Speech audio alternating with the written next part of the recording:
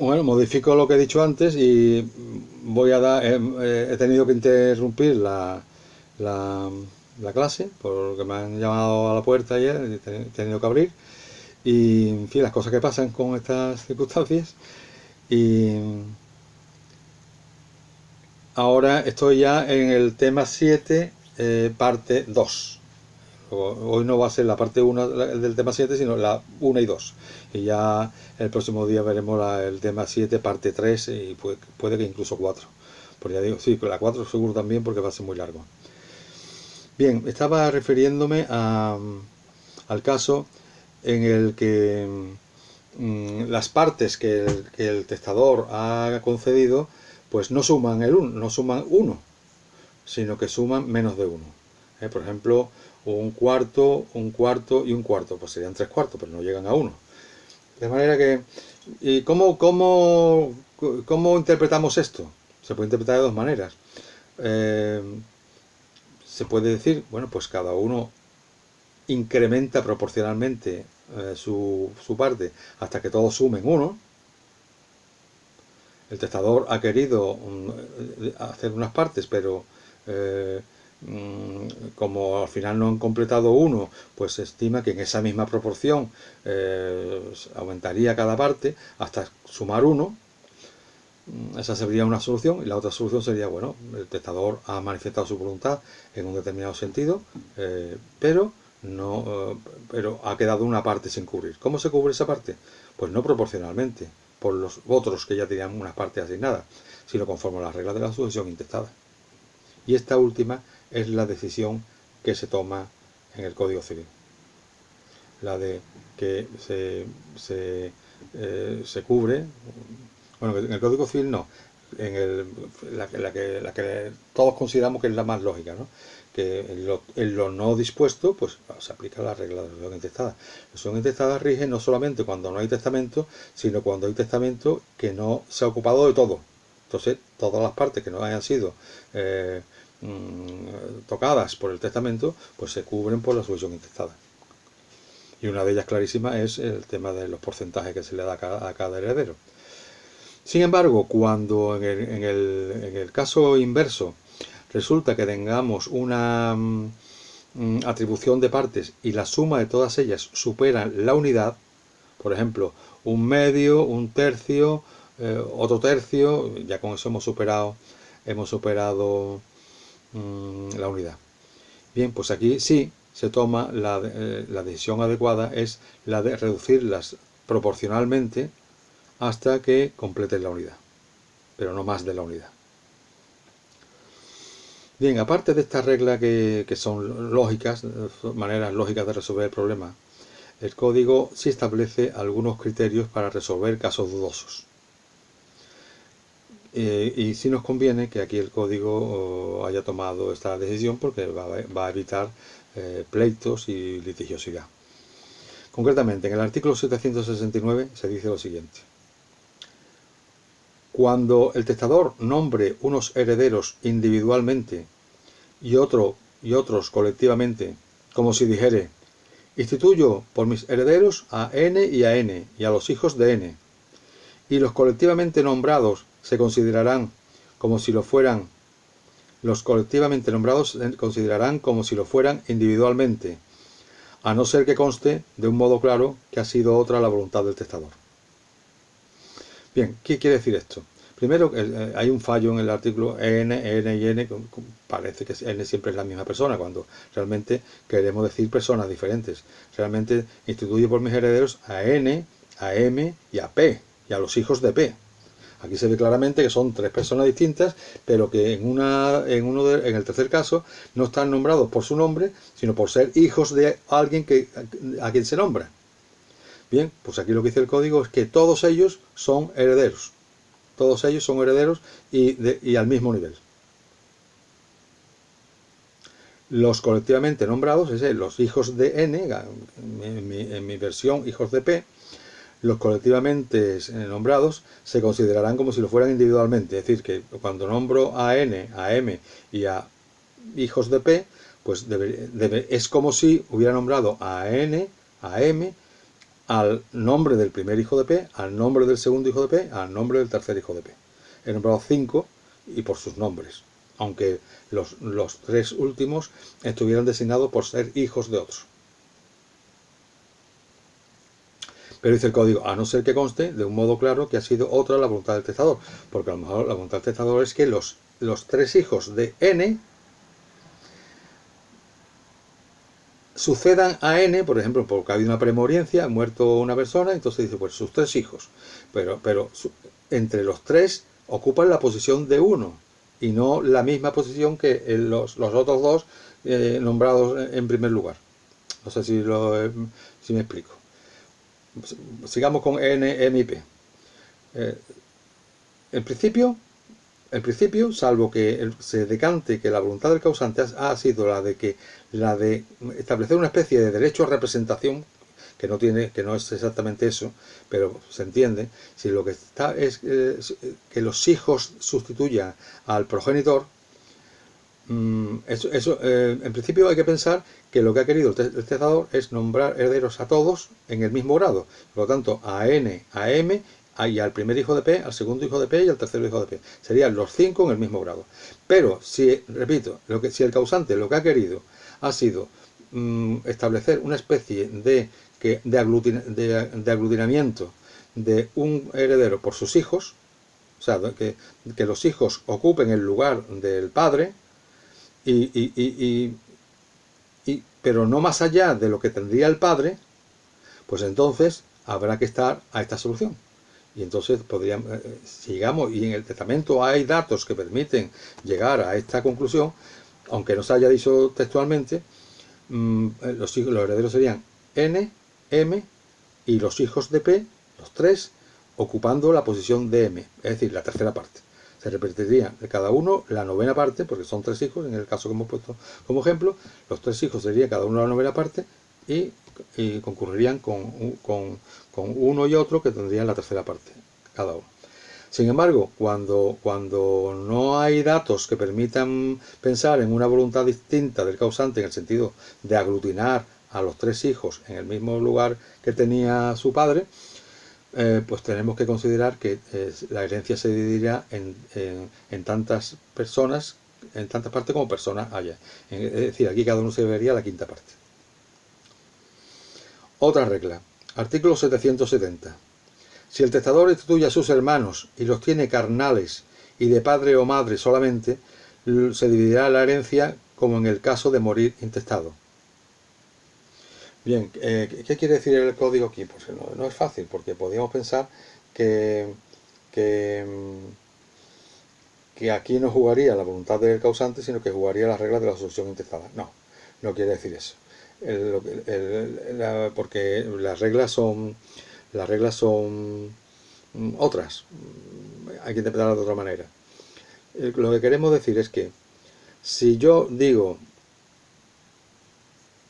le dejo mi herencia a mi hermano tal, que es un hermano de doble vínculo, y a mis hermanos tal y cual, que son hermanos de vínculo sencillo, y no se aclara cuánto se le deja a cada uno, si se le deja todo lo mismo, o si se les diferencia en función del doble vínculo o el vínculo simple.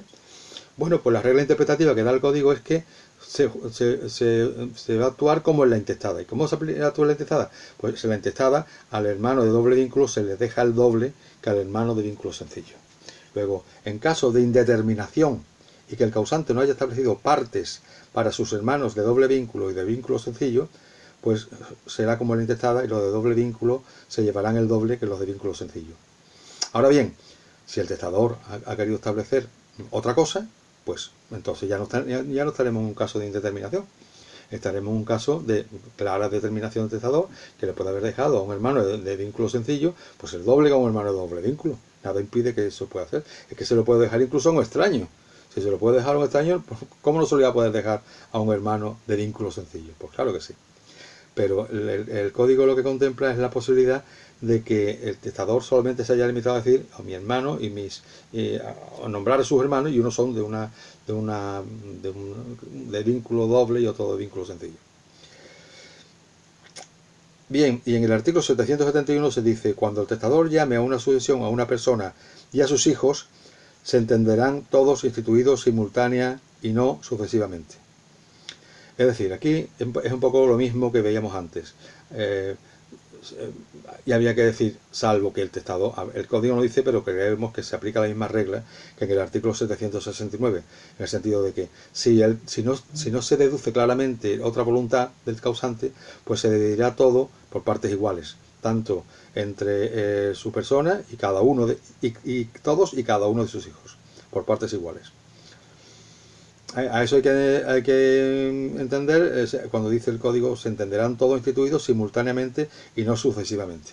Ahora bien, si se interpreta que el código, que la voluntad del causante ha sido dejarle todo a una persona, y si ésta faltare, entonces que sus hijos ocuparan su lugar, que sería una suerte de derecho de representación, pues entonces prevalecerá la verdadera intención del causante, pero expresada en el testamento.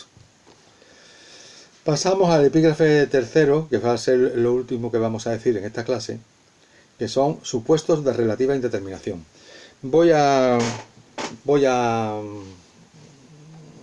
Aquí hay una indeterminación, pero determinación que se puede dar lugar a ellas por maneras de expresarse tradicionales que plantea la duda de cómo se va a canalizar luego esa voluntad del causante. Por ejemplo, concretamente son 3 casos. Está la herencia en favor del alma, que se dice, bueno, dejo en beneficio de mi alma el caserío tal y una renta de 3.000 euros al mes. Dejo en beneficio de mi alma. ¿Quiénes son aquí? O cuando se dice, dejo a los pobres un legado de cantidad de 2.000 euros mensuales. O se dice, y le dejo a mis parientes, le dejo el legado tal finca a mis parientes. Por cierto, no lo he dicho antes y lo digo ahora. Empecé diciendo que todo esto de designación de beneficiarios empleaba la palabra de persona beneficiaria. Y yo decía, pero el código solamente se refiere al heredero, es verdad. El código solamente se refiere al heredero, pero no hay motivo para excluir al legatario de esta manera de determinarlo. Es decir, si todas las dudas que estamos planteando, en lugar de referirse al heredero, se refieren a un legatario, la manera de resolverlas, las reglas interpretativas que estamos viendo, también se aplicarían al legatario. Luego, por eso viene el ejemplo que he dicho, si se deja un legado a mis parientes, pues habría que ver qué parientes son, porque no es lo mismo un pariente que otro. Bueno, pues estos son los 3 supuestos de relativa indeterminación que vamos a ver aquí. Con eso vamos a terminar la clase de hoy. A la institución en favor del alma se refiere el artículo 747, que dice, es bastante largo, si el testador dispusiere del todo o parte de sus bienes para sufragios y obras piadosas en beneficio de su alma, haciéndolo indeterminadamente y sin especificar su aplicación, los albaceas venderán los bienes y distribuirán su importe dando la mitad al diocesano para que los destine a los indicados sufragios y a las atenciones y necesidades de la Iglesia, y la otra mitad al gobernador civil correspondiente para los establecimientos benéficos del domicilio del difunto y en su defecto para los de la provincia. Como vemos, hay que interpretarlo de la siguiente manera. En primer lugar, si ha instituido en favor de su alma, pero ha dicho a quiénes se les quiere dejar y los ha dejado determinados y se ha distribuido su importe, pues entonces no jugará este artículo. Este artículo juega cuando hay una simple alusión a los bienes, que bienes deja, pero indeterminación en cuanto a los beneficiarios, porque solamente se dice en favor del alma. Y el código toma una decisión salomónica. Dice, bueno, como no sabemos lo que va a beneficiar realmente a su alma, si va a ser lo religioso o lo mundano, pues vamos a dejarle la mitad a cada grupo. Vamos a nombrar al diocesano, que es el obispo, para que él administre estos bienes dentro, de acuerdo con las necesidades de la iglesia, habla de iglesia, pero iglesia católica, y la otra mitad se la vamos a dejar al gobernador civil, que hoy es el subdelegado del gobierno, para que lo distribuya en finalidades análogas de beneficencia, de caridad, de atenciones al público en general, por ejemplo lo que sería pues lugares para comer, para almorzar, para cenar, etcétera.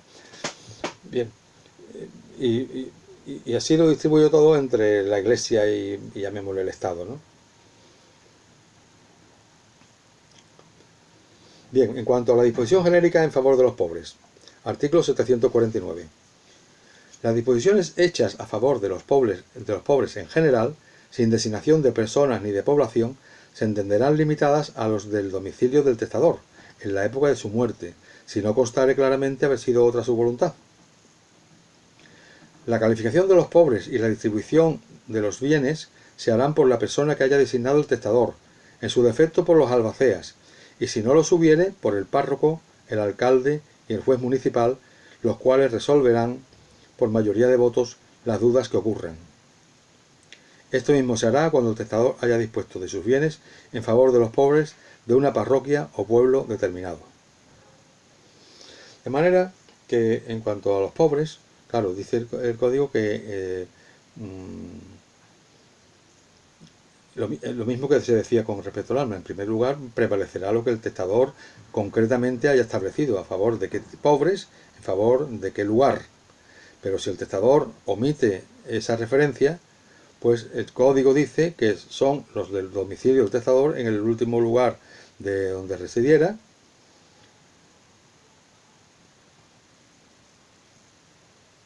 el domicilio en la época de su muerte.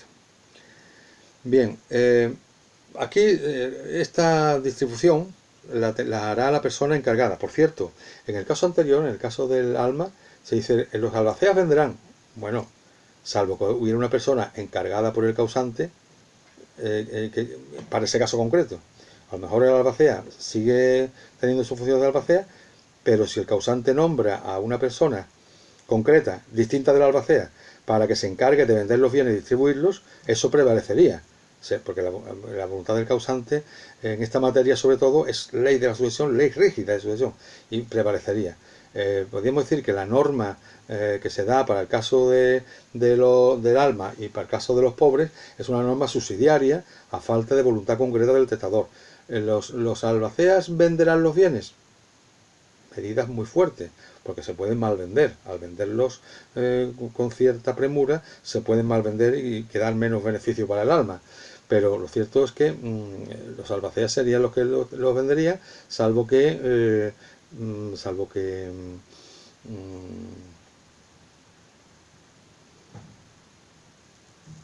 el testador hubiera dicho otra cosa. Bien, aquí sin embargo sí se habla con claridad de la persona designada. A falta de personas designadas para distribuir los bienes entre los pobres sería el albacea, y a falta de uno y de otro, a falta de albacea y a falta de personas designadas, pues entonces habría que formar una comisión compuesta por el párroco, el alcalde y el juez municipal, y deciden por mayoría sobre todo las cuestiones que se planteen. Y ya, para terminar, el epígrafe y la clase de hoy, pues hablaremos del artículo 751, que nos dice: la disposición hecha genéricamente en favor de parientes del testador se entiende hecha en favor de los más próximos en grado. Bien, ¿qué quiere decir este artículo? Que como el testador no ha identificado a sus parientes, diciendo pues a mi primo tal, a mi hermano, no ha dicho el grado de parentesco que tienen, bien, pues entienden el código que ante esta indeterminación hay que resolverlo en el sentido de que son designados, aunque estaban indeterminados, pero designados por la ley, a falta de voluntad del testador, los parientes más próximos, es decir, los que tengan un grado más cercano.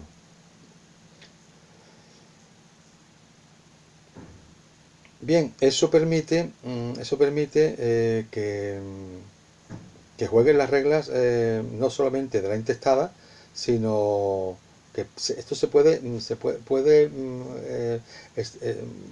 ir más allá de las personas beneficiadas en las intestadas. Por ejemplo, si decimos, y una persona dice, pues dejo esto a mi amigo tal, y dice, y el resto lo dejo a mis parientes, y ahora resulta que no tenemos ni hermanos, ni ascendientes, ni descendientes, ni hermanos, ni colaterales hasta el cuarto grado.